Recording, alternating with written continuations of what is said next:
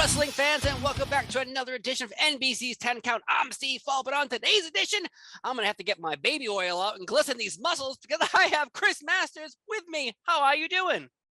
Oh, what's up, man? I'm great. Put my finger behind. Take that sweater off. Take that sweater off. Yeah, I can't. I'm wearing a shirt that has graphics on it that are not allowed to be seen on TV.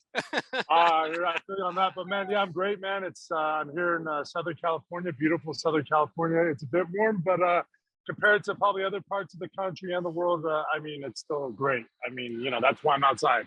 Right. We're recording this on the first day of fall, technically, and my last name is Fall. So really, this is my day to celebrate. So, you can be out, beautiful sun. I'm so glad you said that, actually, because it's been so hot as of late, too, that I've just been waiting, and I wasn't completely aware that today's the first day of fall, although we're about to go into a heat wave again. So one last heat wave for 2022, and then we can go on to the fall and, the beautiful colors of the fall. Of course, pumpkin spice and the leaves changing colors, all that good stuff. Leaves. All that good. Yep. The peepers, but we'll see. We'll see. But we're here talking about your career and, of course, about NWA Hard Times 3 on November 12th. This is a huge event for NWA because they only have so many huge pay-per-views in a year. So this one, what can fans expect when they tune in to Hard Times 3 on November 12th? Well, I think they just announced the main event, which is going to be Matt Cardona taking on Trevor Murdoch, who's the NWA World Champion. So this is going to be a huge match because, as you probably know, Matt Cardona didn't even technically lose the title. He had ruptured his bicep, and he had to drop the title. So I'm sure Matt Cardona is coming into this with a huge chip on his shoulder, feeling like he's still the uncrowned champion and that he's going to take back his title belt from Trevor Murdoch. And so I think that's going to be a heck of a match. And, I still think we're in the process of announcing matches, but I'm not completely even sure what I'm doing on the card at this point or if I'm on the card, but hopefully. Well, how can we leave you off the card? That makes no sense to me. I'm going to talk to someone there. I interviewed Billy Corgan a few weeks ago. I'm going to email him after this and we're going to get things settled. Okay. You think I'm joking, but I ran this through all of upper management just a few days ago. So we'll have to see what happens. Yeah, it's fine. It can't be on everything, but anyways, either way, it's going to be a good card in New Orleans. So I would encourage everybody to check it out on Fight TV. I'm sure, we'll see. But Matt Cardona versus Trevor Murdoch is the main event as of right now. So who do you think is going to win that match? It's tough to say. Cardona's coming off injury. Everything I stated before, Trevor Murdoch is just he's a heck of a talent, a heck of a champion. He can brawl, he can wrestle. I mean, he's just a badass dude. I hope I can use ass on here. But I would have to say if I was putting my money on it, I would lean Cardona.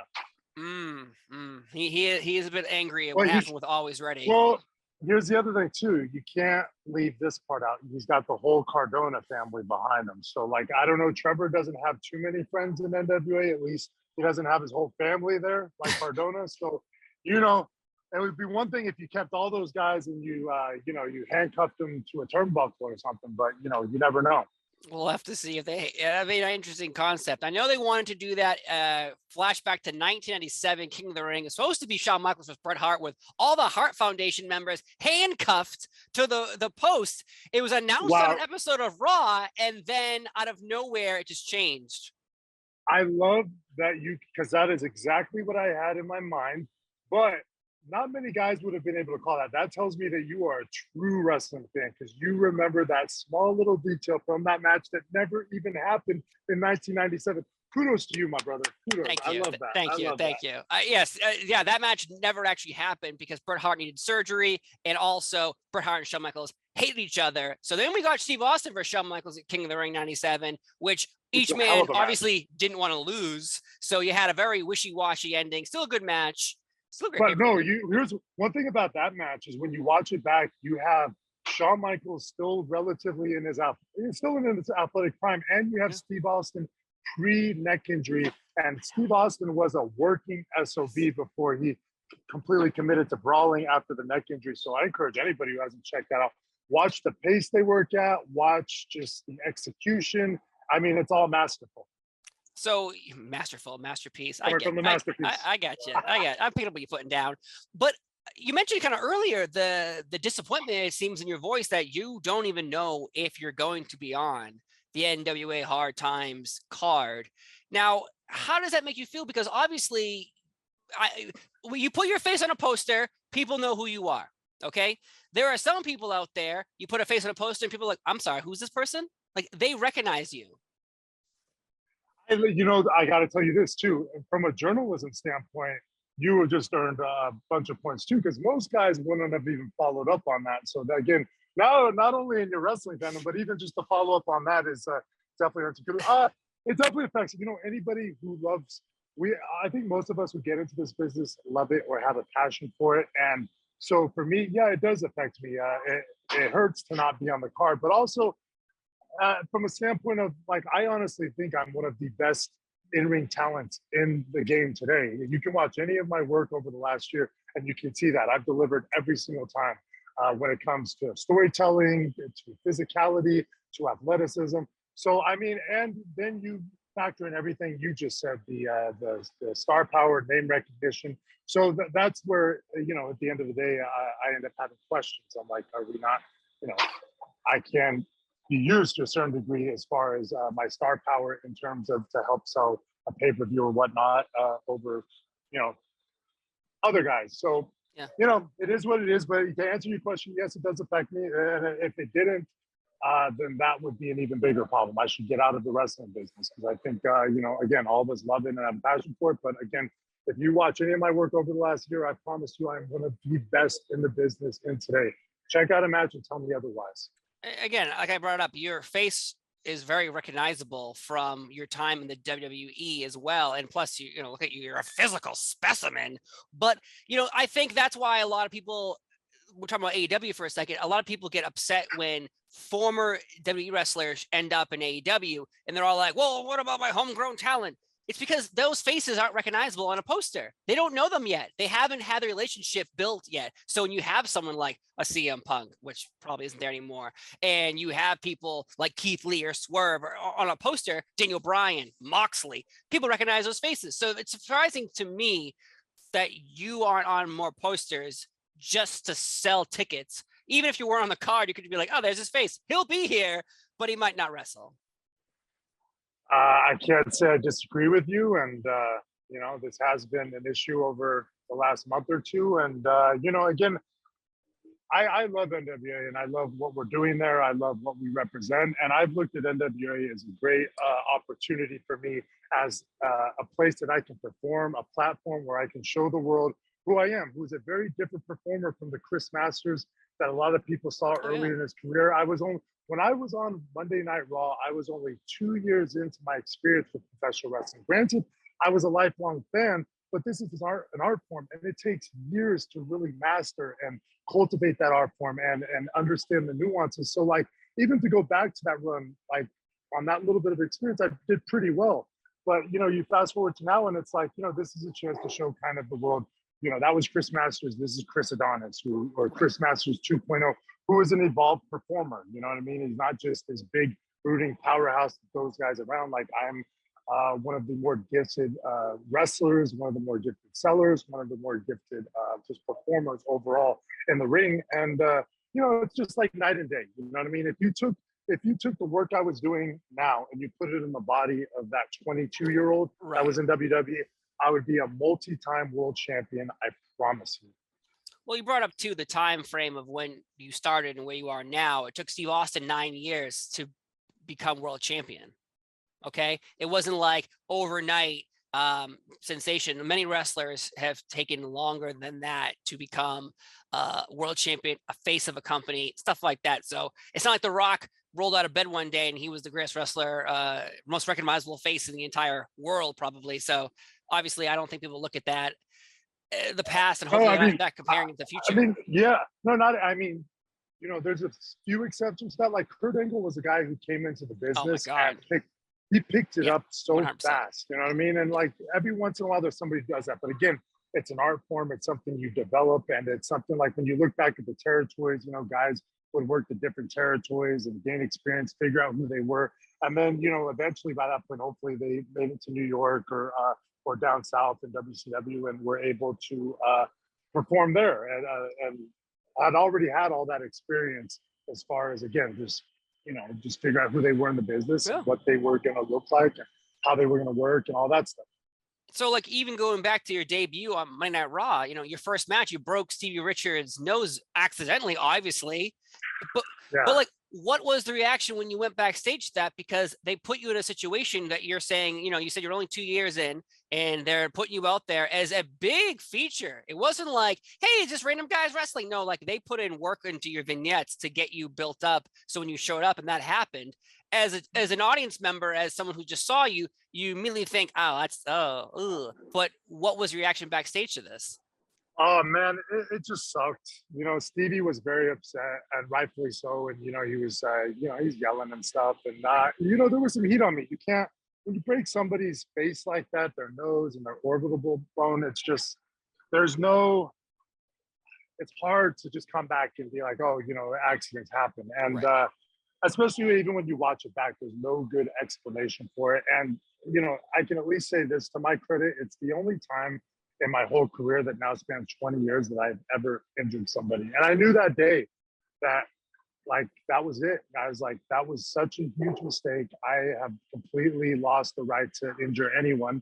Otherwise, I'm going to get that reputation, which, again, as a person who kind of came up in the business and loved the business, you kind of learn early on, the last thing you want to be is one of those big, reckless guys with 2 left feet, because those are the guys that nobody wants to work at all. It's a bad match, might get hurt on all that stuff.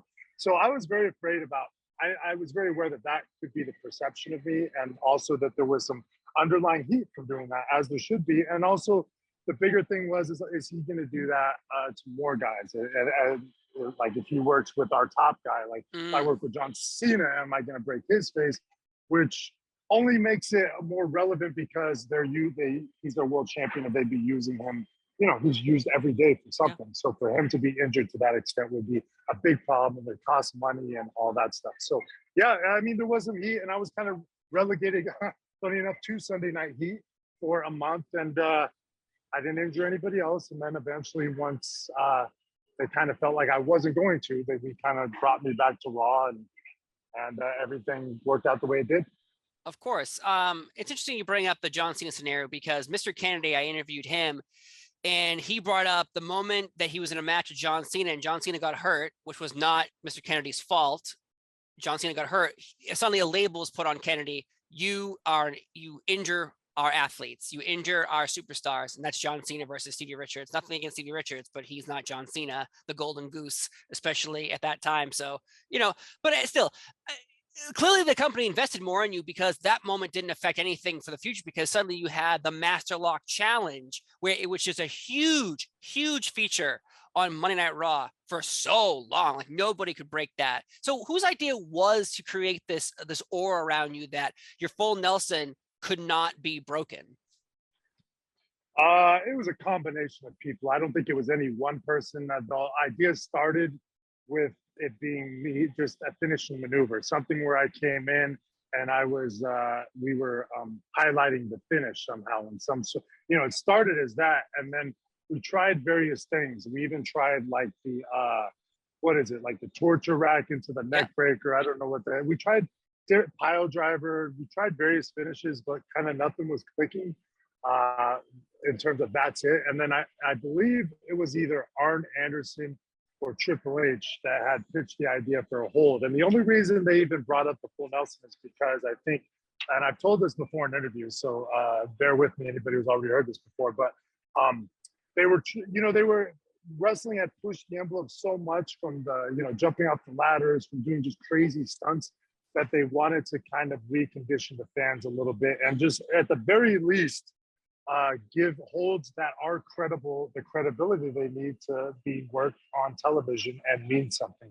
And so that was the idea. And when they presented it to me, I mean, again, being a lifelong wrestling fan, I just kind of felt like, wow, full Nelson. And again, we were in 2004, 2005 now. So it was just so basic that even I kind of questioned. I was like, oh my gosh, if I was a fan, would I like this? I mean, and then in my head, I think I probably think this is completely lame, because it's just a full Nelson. It's not even a bump. And it's like, but, we stuck with it. We did the challenges, and it just goes to show you. I mean, here's the thing. Again, it's a the move is real. So anything Yeah. there's no reason that for what we're doing in professional wrestling, there's no reason that any move that is legit shouldn't, mean something out there, especially when it's a move like the full Nelson and you got a guy like me, who especially at that time was 275 pounds, physical behemoth, and, just get people to buy it, get the people to see it, you know what I mean? Just give it the proper presentation. And that's what happened. They did it every week, and people, they bought it. They bought it through the combination of them doing the challenges, the way I looked, the whole deal. Yeah. Well, because they put a statement on that this was important. They weren't trying to say, like, you make a good point. The full Nelson, when you think of that, they'd be like saying, hey, your finish is going to be a sidewalk slam. You'd be like, I'm sorry, what?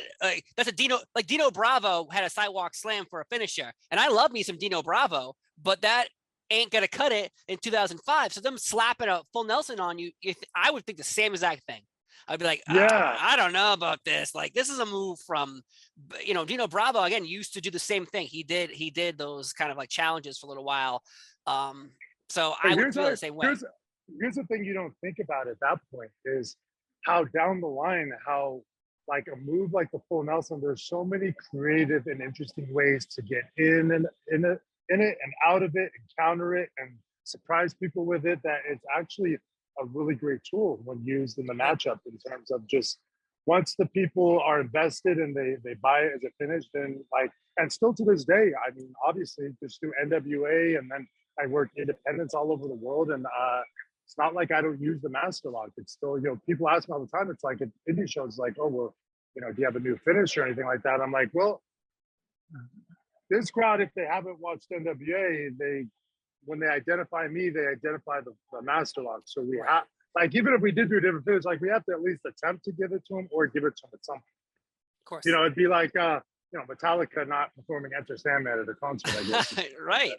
100%. I'd be a little shocked. Though, at one point, though, in your WWE run, you were in a huge WrestleMania match with Carlito, fighting for those tag team titles, and then the split kind of happened between you two. Then you just disappeared off TV. And when you disappeared off TV, it was like, wait a minute, what the hell just happened? Like, he was at WrestleMania, he had a one-on-one match with Carlito at Backlash, and then after that, you fell off. Yeah. You came back, and unfortunately on TV, they started calling you leaner and meaner. And yet, and that to me screams at least red flags of something is going on here. Even Triple H mentioned you lost 50 pounds on TV once when you brought up, writing a fitness book. So they clearly are saying something on TV, but not saying it out loud. So what the hell actually happened between the time that you're on TV and when you came back a few months later? Oh, well, here's what happened is I believe, was it that I think I failed a drug test, but the bigger issue was, just to get to the point of this whole thing, was I was at a point where I developed an addiction to prescription pills at that point. You know what I mean? And I was very young, and it was one of those things where you never thought it would be you type of thing. And I didn't even know I was in it, but so I had to go away and deal with that issue. So the WWE had sent me to, they basically told me, either they became aware of my issue, and then they told me either you're going to go in for treatment or basically you're not going to have a job. And so that's kind of what I did for that few months. I went to a rehabilitation facility in Tennessee, and it was actually a great experience. I did a lot of growing there. I was around a bunch of guys kind of around my age, and we actually had a good time and everything. I mean, the problem is when you're dealing with an issue like that, especially from where I was, we didn't really even have proper gym access. And I wasn't even thinking about working out because my problem was to that depth. I was really trying to get myself off of stuff and just feel okay about everything. You know what I mean? And which anybody who's battled addiction knows that's kind of a difficult thing to do, especially when you're that early on. I didn't even believe I had a problem still at that point too. So I'm battling that. But so then by the time I came back, here was the thing too. Every day that I was in that facility, I woke up every morning and I put on my shoes. First thing in the morning, I put on shoes, sweatpants, shirt, and I would go for a run because I needed that for my mental. It cleared my mind, and it really helped kind of set my mind at ease. I guess it gave me what they call that runner's high too. So I guess I kind of maybe I was craving that, but I did that every day. And so what happens when you do that kind of cardiovascular conditioning and you're not doing the weight training and the supplementing and stuff like you do normally is, you know, you lose weight. And I didn't even realize how, by the time I came back, I was still a decent sized guy, but compared to what I was, it was so drastic that, you know, it really just made everybody think like, oh, he got sent away because of steroids and now he's back and now he's off them and this is how he looks. And I understand why. You know, if I would have known that would have been the reaction, I would have paid more attention to my bodybuilding while I was trying to get clean.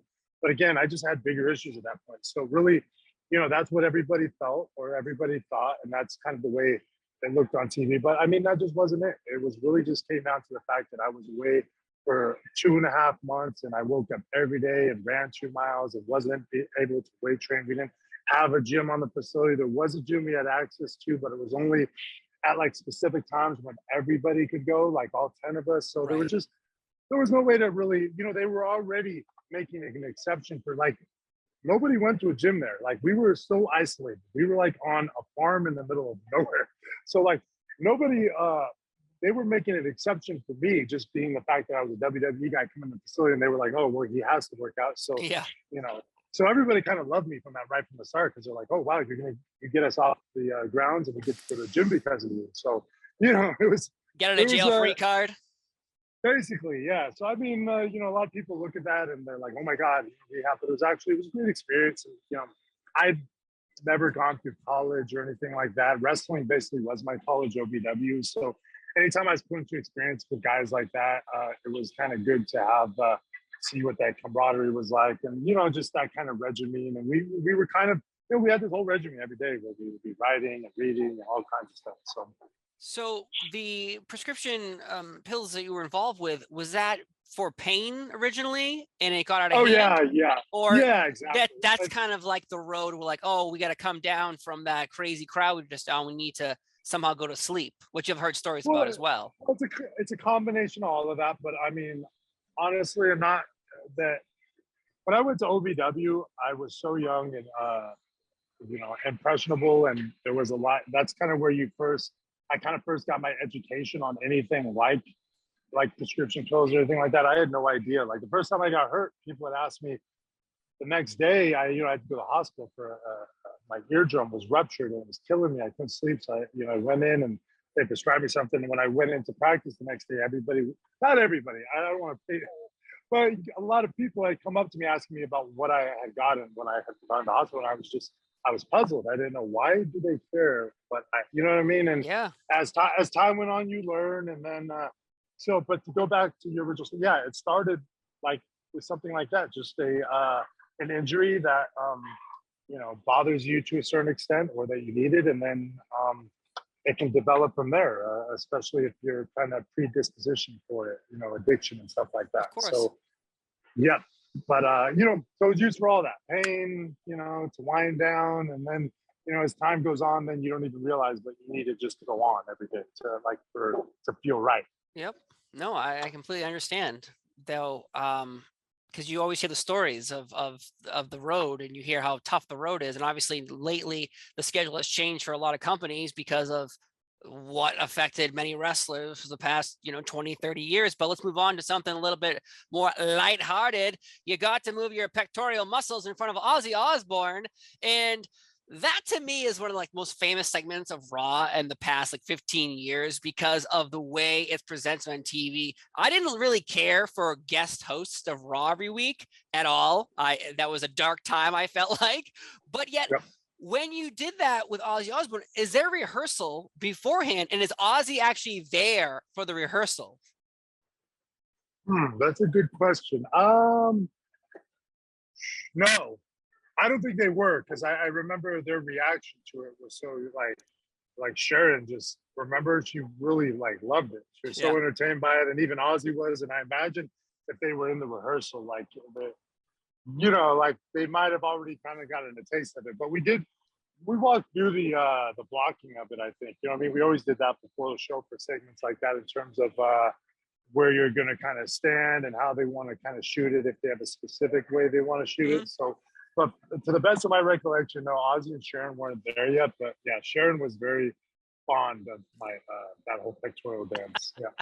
I thought it was funny that one time, but I just absolutely thought it was ridiculous when they kept writing me and say, I didn't want to do it because at that point I just really knew I'm like, this was something that was funny a couple times, but it's not something to present every week. I would not like this if I was watching the show and I really kind of resented the fact that they had me doing something that ridiculous on a week in, week out basis. Like, okay, for Ozzy, great. Even with Jericho for the Black Eyed Peas spot we did, it was at MSG.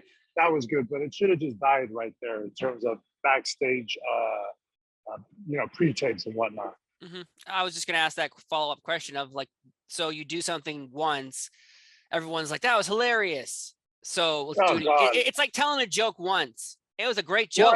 Great joke. Yeah. And then it's like, hey, can you tell that joke again? And you tell it again, it's not as funny. Hey, tell that joke again. Third time, fourth time, fifth time. Suddenly you're telling the same joke to the same people over and over and over again. Well, eventually that joke will die and it will ruin you. And as you're talking about it, you felt like that segment was good, but also terrible for you.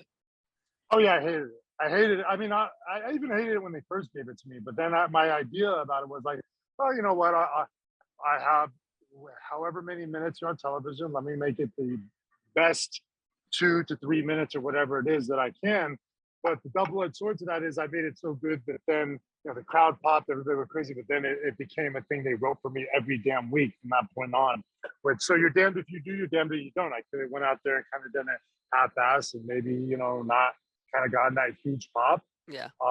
Maybe that would have been better. Who knows? But like, I don't know. In my mind, it was always make the most out of the television time they give you. And that's kind of how I was always taught, and don't half-ass it. So like when they gave me that seg, I thought it was ridiculous. I wasn't too fond of it, but I was like, all right, let me listen to the song. Let me get this down. Let me envision it. And let me just try to, deliver for them. And then, but I never would have thought that it would become a thing.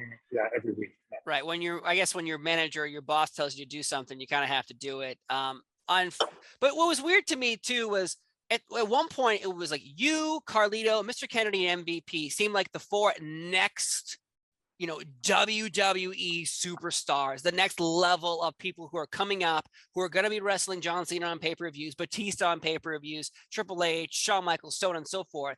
But all four of you, I feel like kept hitting roadblocks. And it looked like to me, wasn't really roadblocks. It was more about politics of these people who are up here don't want you up here, because if they let you up here, you're probably never going to go back down.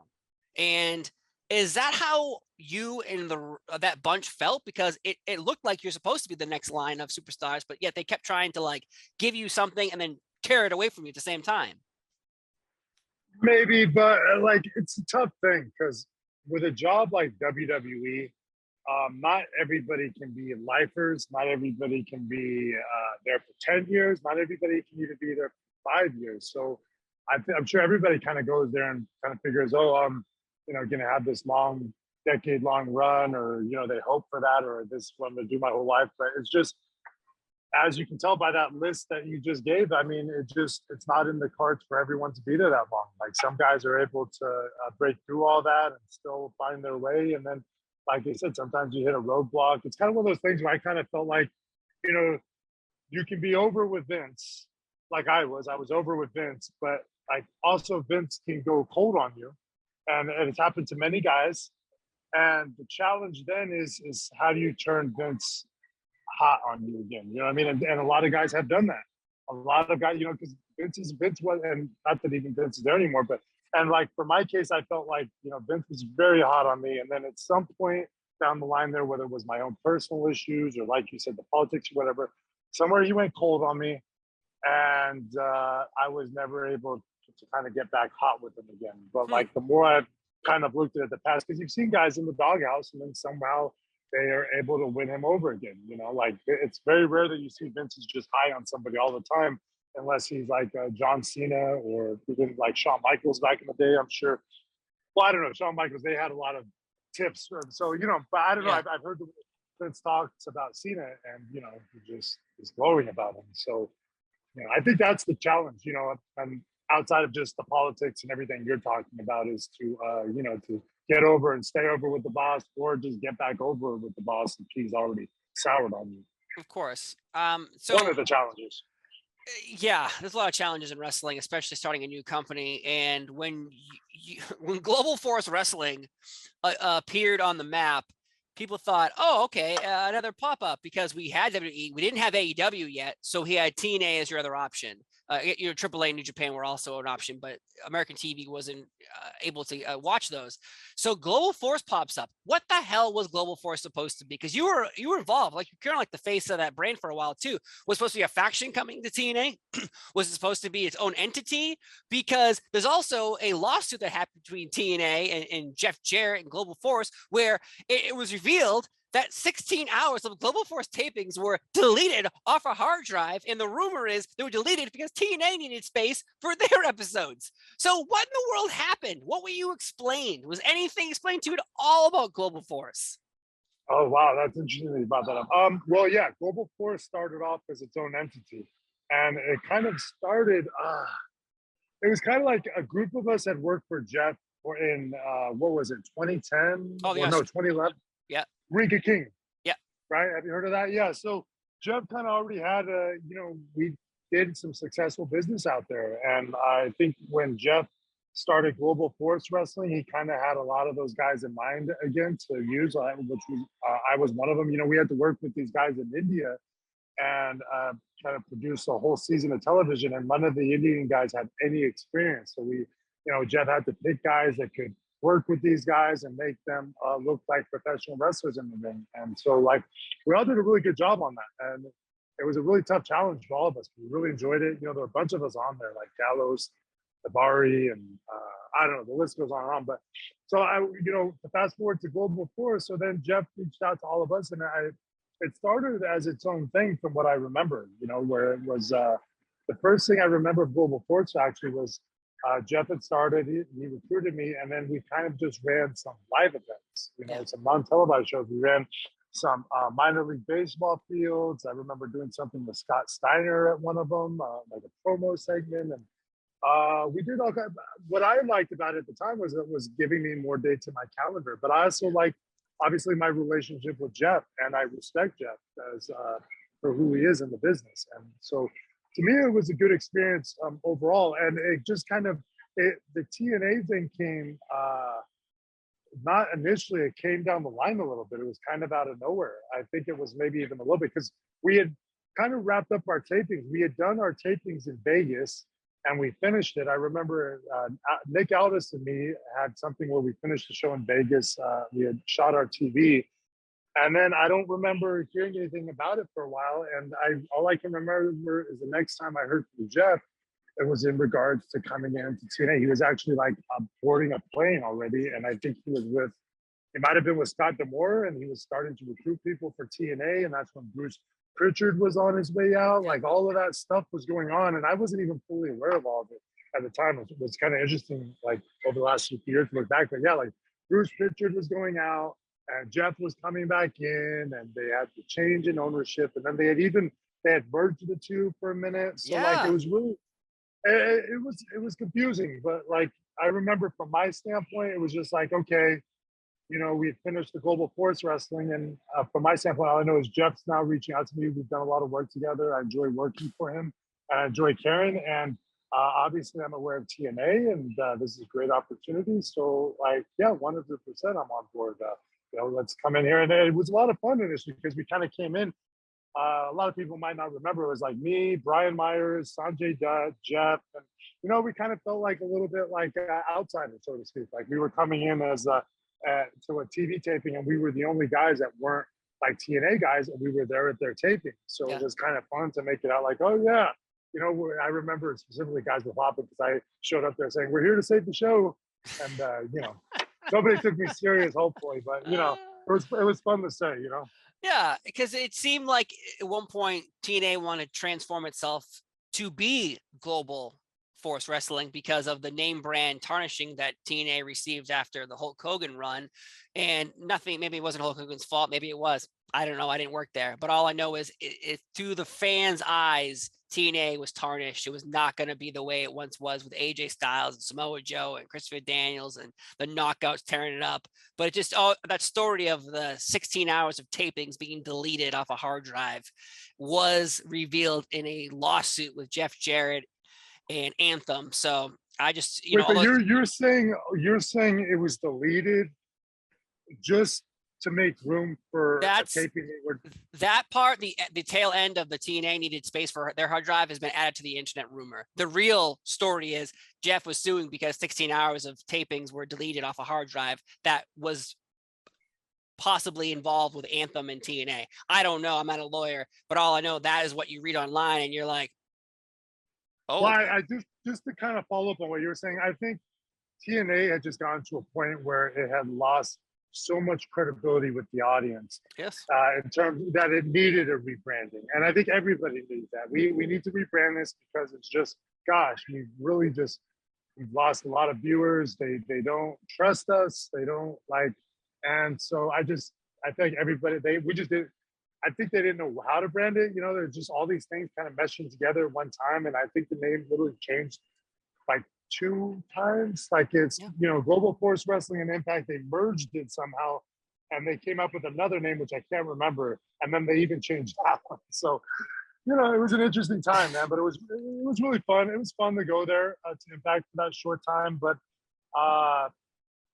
you know, it ended up not being too much in the end. You know, Jeff ended up having his issues and then he ended up departing. And then I just didn't feel like I had much creative direction there at the time or anything. So they kind of fizzled out towards the end.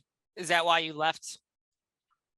Well, Jeff was my guy and Jeff had recruited me. And so there were a lot of factors that were changing upon Jeff's departure when it comes to, you know, I'm sure the creative, but also even just the money. And so I wasn't completely happy with the situation and I didn't know exactly where I was going.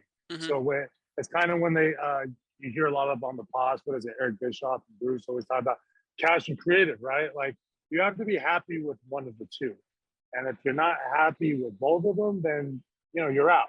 But like, you know, like a lot of guys, you know, even if your creative is good and your cash isn't that great, at least, you know, you're creating potential to earn more cash. You know what I'm saying? So like one of those two has to be good. And I know not even that it's all on Impact too. I was, again, going through some stuff myself personally. So there were a number of factors there, but it just, you know, and what I liked about it too is even though I was kind of just like his cheerleader for that time, it was my first chance to work with Eli Drake, LA Knight, Max Dupree, whatever you want to call him now. And he's one of my favorite guys in the business, great worker, great talker, a hard worker. And so I really enjoyed that experience with him. And, you know, if it was up to me, I would have loved for me and him to maybe eventually have worked a program against each other. You know, if I was booking Impact, that's how I ideally would have wanted to do it. That would have probably got me to stay at that point. Right. How do you feel about that when they changed, not talking about you for a second, about LA Knight, Max Dupree, you know, Eli Drake. How do you feel about his current position in the WWE as being a CEO of a male model agency? You know, that's a strange thing to me too, is when you're in NXT, you're one person. Lately, it happened underneath, I think, the Vince McMahon regime. Triple H, I think, is trying to like backpedal a lot of this right now. 100%. Let me just chime in on this. I'm glad you brought this up. Yeah. Eli Drake, Max Dupree, like, you know, I've always loved the Click. You know what I mean? I was a Click fan growing up. You know, people might think I'm not like a Hunter guy or something, or like, I don't know, based on that promo stuff, but like, Hunter was good to me, actually. Hunter helped me create my entrance. He had a lot of kind words in my last year when my wrestling improved. And like, here's the thing, is like, I kind of knew, even if you looked at my Twitter, which I don't tweet very much, but I tweeted right after this whole Vince thing happened, I just knew like, Hunter's been groomed for this spot, and wrestling is about to get a lot better.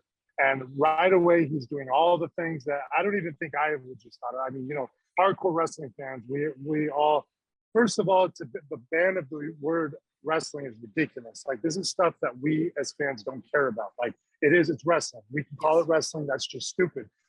To fire Karrion Kross, stupid. He's going to be one of the top guys in the industry. And all I could think about when they released him is like, what happened there? Why to go back to what you're saying, he knows who he is. He has his look. He knows how to dress. He knows his persona. there's no reason to put him in a helmet and whatever the heck he was wearing, all that. That was like, you took everything away from him. And the same thing here with Eli Drake. And what you're going to see now is like, Hunter's aware of this. Hunter is going to book this the way us wrestling fans, what all of us have been thinking. Like, why are they doing this? Why are they doing that? Hunter's aware of that. Hunter's got his finger on the pulse. He's the right guy for that job. And so I said wrestling is going to get a lot better for passionate wrestling fans. And it is, because Hunter's going to make all this stuff go away. He's going to bring back Karrion Kross, and he's going to use him the right way. He's going to turn Max Dupree back into what he actually is. And these guys are going to excel, and we're all going to love it. And Hunter will be praised for it. And I imagine that they will beat the heck out of AEW as time goes on.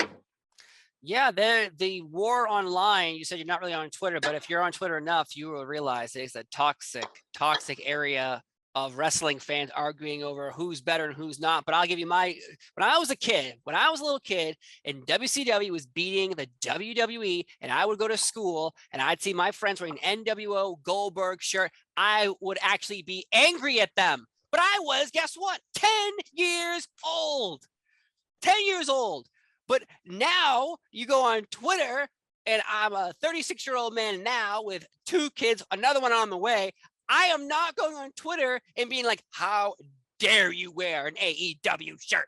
It's wrestling. If you like wrestling, you like wrestling. You don't have to like it all. Guess what? There are movies, there are comedies, there are dramas, there are horror films. You don't have to like all movies. You can like some, but you don't have to go after someone else who just likes comedies versus who likes horror. I love this interview because you're bringing up all stuff that's relevant, very relevant to the business. Because you know what I thought about when you brought this up, and you'll relate to this, and some of the older fans will, but we grew up throughout the Monday Night Wars. And I tried to think back, which I try to do all the time now. I try to think back to the 8-year-old version, the 10-year-old version, the 14-year-old version of me. Because I was such a huge mark. And I still am, but it's different when you're in the business, right? So, and I was always a WWF guy. Yeah, me too. So you had me thinking about that, like, well, how did I feel about WCW when I was that age? And it's like, I was mad that they were winning, yes, but it wasn't something where, like, I remember me and my friend, we went to a WCW show out here. We went to the LA Sports Arena, we watched a WCW show, and it wasn't anything like, oh my God, these people, how dare them? Or, it was just, It's like you said, it was like, we love professional wrestling, and yeah, we're WWF guys, but like, hey, we're still like, we're flipping back from Raw to Nitro. Yeah, we start with Raw, yes, but we flip to Nitro to see what the heck they're doing, and we go back to Raw, and so it's just, I don't understand. I guess I don't know if it's healthy or unhealthy, but I think it's a bit. I guess maybe it's natural. I don't know. And also, here's another thing: AEW and WWE, I think, present such a kind of vastly different product that it kind of creates probably a lot more of that, like, I like this, and I like that. And, but I don't think it's something where it needs to be I guess also we have Twitter now. We didn't have Twitter when we were doing this. So imagine if we all had Twitter during the Monday Night Wars. Can you imagine the back and forth during the commercial breaks? They would have been insane. We would have probably gone at each other a little bit, but I still think for anybody to be like, we should be, I think the ideal fan would watch as much wrestling as he or she can take and not completely be discriminatory to the other one. Like, hey, okay, AEW is my product. I'm going to prioritize this, but hey, I'm going to check out Raw every week because that's their main show. And let me just see what they got going on, because I love professional wrestling. And maybe I prefer this, but it doesn't mean you have to hate that or not watch it at all. I mean, again, people don't understand, but like, remember, everybody within the business, we're all friends. It's not like, WWE guys are feuding with AEW guys. And, it was funny to. I've asked a few people that question, though, who don't work for AEW anymore, like some who were there and not anymore. And I asked them, are there circles of people? And there are backstage. There's cliques. Of course. Cliques. Oh, yeah, that don't like the other company. Oh, I can imagine that. Yeah, I can imagine that. But there's even cliques within the company that don't like other cliques within the company, as we know from what we've seen the last couple of weeks. So, I mean, yes, there's always going to be that. But I mean, it's funny because you actually gave me another flashback to out here again. It was the first time I ever met a professional wrestler or wrestlers was in Muscle Beach here in Venice. They were doing an autograph signing with Triple H and Ken Shamrock in China in Muscle Beach while they were working out. I'm going to guess this is 97 then? 98? Yes, 97. Yeah. And here's the funny thing. You'll crack up, man, because they're doing this. And so me and my buddy, again, huge fans, we love the click and everything. We see Hall, Nash, and X-Pac come out of nowhere. They're wearing their NWO shirts and tags, and they roll up to the signing. And me and my friend and I's first instinct is like, oh, shoot, this is going to go down, right? You know, we're just totally like, we're thinking of it in terms of like, oh, they're WWE and they're WWE and they're going to go at, but like, you know, obviously it wasn't that. You know, that the outsiders or Wolfpack, they were coming to send a message that Hunter had a place if WWE kept screwing with him. And then the hilarious part was this. So Paul, Nash, and X-Pac leave. You know, they make their little appearance and leave. My friend and I buy entrance to Muscle Beach. It's like $5. Nobody else has thought to do this. So we buy entrance and we go in there. We're the only ones in there with Triple H, Ken Shamrock, and we're kids. I'm wearing a Shawn Michaels t-shirt. Yeah. And like Hunter starts completely shooting with us on like, you know, King of the Ring and the, you know, just everything that had happened. That like everybody already knows. Everything that had happened in '96, going from the curtain call, the King of the Ring, and everything kind of Hunter went through, which, you know, and I think, you know, looking back at it, that was a very, it's crazy to think about, but like, I think Hunter might have been the guy to kind of really smarten me and my friend up. So, because if you think about it, for us to have that reaction to think that stuff was going to go down, there were still some markish tendencies in us. Like we still weren't smart marks yet. Yeah. You know what I mean? Like the internet was still developing, but I think Hunter might have been actually the one the smart. So because all of a sudden we knew it's like, oh, wait a minute. Like, yeah, these guys are all friends. They're the clique and they're sending a message to WWE. WWE is doing Hunter wrong because of what happened. You know, it just, and then, you know, you fast forward to, it was like just maybe a few months later that Montreal happened, and then the web internet became a big thing, and then there was even wrestling hotlines. Yeah, I had one. I started one. I was Too Sexy Todd Christopher on there, and I like, it was a big thing, man. We all did it. It was like, I think it was called SkyTel or something. Oh my god! And we all, man, it was fun because it was like, that was like the birth of the smart mark. I think was that time frame right there. So I might have been there, just kind of in the incarnation, or at least of the modern smart mark, with the internet and just knowing at least the business outside of what they present on television.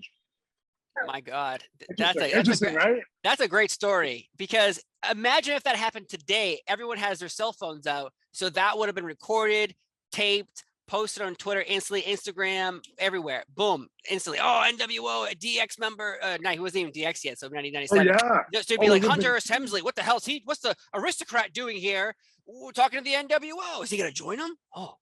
And they still did it in that time period when that wasn't even a factor. Now imagine, like you just said, that same thing with now Twitter and everything. It would have been huge. It would have been this event that everybody kind of remembered. But since there was no internet, it's only my friend and I's recollection. And anytime I bring it up though to Nash and those guys, though, it's what's cool about it is like people come up to wrestlers all the time and be like, yo, you remember that time when we were at this place and that, yada yada. Guys, we don't remember that. We never remember that. But like that was one of those specific things where I can bring that up to Nash, Pop, or even Hunter about, yo, you remember that day at Muscle Beach, you know, and you're doing it? And they all, I mean, they don't remember me specifically, but they always remember that event because of what it was. It's, you know, it's a standout kind of thing. You know, they have Hall and Nash there and Hunter, all of them autograph signing. It's at Muscle Beach. And, you know, you can imagine to my friend and I, it was the greatest day of our life. We couldn't believe it. We didn't just meet one wrestler. We met, and Kevin Nash was my friend's favorite wrestler. So that made it even bigger. Yeah, it was like, oh my God, you met Kevin Nash. Who's, you know, and Nash was one of my favorites too. I was an HBK guy. So, you know, I love HBK, I love Brett, I love Nash, you know, all those guys. I was always a Shawn Michaels guy, no matter what anyone said to me. And then when he stepped away after WrestleMania 14, he would pop up randomly, and when his music played, I would grab my VHS tape. That's right, that's how old I am. And I would shove that thing in. I'd hit record, be like, Shawn Michaels is on Raw. Oh and yeah, I would go crazy. He's the GOAT. I mean, he's the greatest of all time. Nobody can touch. What matters to you is in-ring performance. Nobody can touch the guy. You know what I mean? No. So that's why, like, when people ask me about working with Shawn on pay-per-view, to me, it's like the only thing that can match that is the World Championship. Like, if you ask me as a guy breaking in, or even as a young kid, what would you want to do in the business, or what are a couple of things, I would be like, work Shawn Michaels on pay-per-view and win a championship, and or work a WrestleMania. Even better yet, work Shawn Michaels at a WrestleMania. That would be awesome. But You can't always get what you want. No, you can't. I do. My experience being a wrestler first, I met Mankind January 1999. My dad brought me. We go inside. He has the world title, and I'm like, "Why do you have the world title? The Rock's the world champion." And he was like, "Oh, I won it last night." And I'm like, "Where? When?" And it was pre-taped. That's the night that Raw beat Nitro. And it aired, wow. And Tony Schiavone said, "I'll put some butts in the seats." I met Mankind the morning of before that Raw even aired. And I'm like, what the heck's going on? But yet, if you, in today's world, again, saw that, I'd have a cell phone. I would take a picture. I would post it. This is happening tonight. Spoiler alert. I would have spoiled the crap out of it for everybody, even though no one really knows this, but on WWE.com, they did post that Mankind was going to win the belt that night before it aired on TV. But yet, not a lot of people knew that because who the hell's going on WWE.com? But what does that show you about how different? Like, not enough people even saw that, and it was on the website. Nowadays, again, not to keep popping, it's just crazy to see how much times change and everything. And hey, I just gotta ask you though. So Mick Foley must have been in a pretty good mood that day, right? Or was he not? Of course. Oh, he was in a great. He was great. But I was also like 13 years old, and I it was just a dream because he was at that time to me. Shawn Michaels left, so I needed someone to gravitate to, and I gravitated to Mankind. His in-ring work, him taking those bumps for my entertainment, making sure that when I would watch TV or put money on the table for tickets, my parents buying tickets for me. So I always respected him. So recently, I actually interviewed him a week ago, and I told him all this, and I was like, dude, I appreciate you. For everything you've done. And same thing with you, Chris, really, for going out there and busting your ass still to this day, doing everything you're doing for our entertainment. But one final question, because you're melting in the sun like a popsicle. Let's talk about it. That sun is looking for you. It wants you bad. It's almost golden hour here. We'll get through this, and then we'll let you, get the sweat off you and drain your shirt out. Could we see, this is how I feel, could we see the masterpiece Chris Masters back in the WWE someday, but will we see the masterpiece in the Hall of Fame? People have asked me that before. I don't see that happening for me personally. I mean, I would obviously love it, but I just don't think you can put, if I didn't have the issues that I had and the stops and starts and whatnot, I think there would have been a good chance of it, but I just don't think you can look back at my career and be like, oh, that was a Hall of Fame caliber career. Like, if I had a chance at another run, maybe that could be possible. But I mean, the only argument for that could be like, oh, establishing the Masterlock and the full Nelson being not broken for as long as it was. But I still just don't think that's good enough of an argument for it. And in terms of a comeback, all I can say is that, the desire is always there a little bit because this is what I love to do and I still do it. And even when, as far as last year, like, as long as I've been outside of WWE, I've never petitioned to come back. And it's just because I just didn't look at it like an option after the second time. After the first time, sure. But after the second time, it's like, I got to move on. I still want to wrestle, but it's just not going to be on television with WWE. And that's okay. I can do it. I can do other things in the business as well as time goes on. But but this last year at the Royal Rumble was the first time in, it's been well over 10 years. I'd seen MVP come back. I've seen Shelton come back. I've seen Carlito come back. And I kind of felt like, it's been 10 years. I mean, it feels like a good time. It's been so long. It's like, who else can they bring back that will be a bigger surprise at this point out of at least those guys that have been gone? And I just kind of felt like it was me. And then when you also think of the whole Bobby Lashley aspect, the idea of the Hurt Lock, Masterlock thing. And so when Royal Rumble came around, I kind of started petitioning for it a little bit. And there was some talks with even like some of the people I knew within WWE. So it wasn't like it was just, going on deaf ears. But Bobby Lashley ended up not being in the Rumble. If you remember, everything changed and everything got flipped upside down. Yeah. So that kind of took a lot of steam out of it, because let me just make one thing clear before we move off of this. When I did petition for this, it wasn't for the sake of like, oh, I need to make a comeback to WWE, or I want to make a comeback and this should be lead to something. I know as wrestling fans, we're always looking for that, oh shit moment. You know what I mean? I might have to bleep that, but you're always looking for that moment where if you got your wrestling bed next to you, you're going to be hitting him on the shoulder, or you know what I mean? Like, whoa, And I kind of felt like if Bobby Lashley was in the Rumble and he's working that, and you get that countdown, and you hit the OG masterpiece theme, the slow one, and you do that. You're gonna have a moment, maybe not off the younger fans, although a lot of them do see the network, but you get a lot of guys who are, within our age, I'd say collectively, or even within maybe 10 years, because a lot of the guys like Austin Theory and all of that, these younger 20-year-old guys, they were like 10 when I was up there or whatever. So, and that translates to fans as well. So I feel like you have a lot of those guys who think, oh my God, and it'd be that moment, Hurt Lock, Masterlock, like, oh, it's finally going to go down. What's going to happen? And so it would be one of those moments. And that's what we're always looking for as fans in the business. You're looking for those moments because those are what we live for. So like the only reason I highlight that is because I feel like that's important for everybody to know that like literally this was just it was about the moment. It was about giving the moment to the fans. It was for myself too, but it wasn't, again, it's not me trying to petition for Chris Masters comeback in WWE full time. It's like, hey, this would be cool. Let's give them this moment because everybody's always on Twitter and Instagram talking about the Masterlock, Hurt Lock, Masterlock, Hurt Lock, Masterlock, Hurt Lock. Bobby and me obviously know each other real well, and I just felt like it would be a cool moment. And I still hope, cross my fingers that we can make that moment happen just because obviously it'd be cool for me, but I think it would be cool for all of you, all the fans, everybody in general. I think we could do something really cool, even if it was very brief. I think so. I think people would love that moment. Though you did bring up that you brought it up where like Theory was 10 when you were around. When I go to live events now, and I've been talking to people, and they're like, "Oh, when did you start?" And I'm like, 1992. And they're like, I'm like, "When did you start?" They're like, 2004. And I'm like, blows your mind, right? You're like, oh my God. I'm like, who's your favorite when you started watching? They're like, oh, they'll be like, oh, Mr. Kennedy or Chris Masters, Carlito, MVP. I'm like, oh, do you know who Mantar is? And they're like, who? I'm like, the Giant Gonzalez. Like, no. I'm like, the Smoking Guns. And they're like, no. I'm like, Henry O. Godwin, Phineas O. Godwin. They're like, no. I'm like, you make me feel so old. I want to strangle you. Oh, man, for me, it's just more like, oh my gosh, well, please tell me you've gone back and watched specific time frames. Like I always bring up 1997, I think was in my mind, and a lot of people, I've talked to Conrad Thompson about this, quite a few others.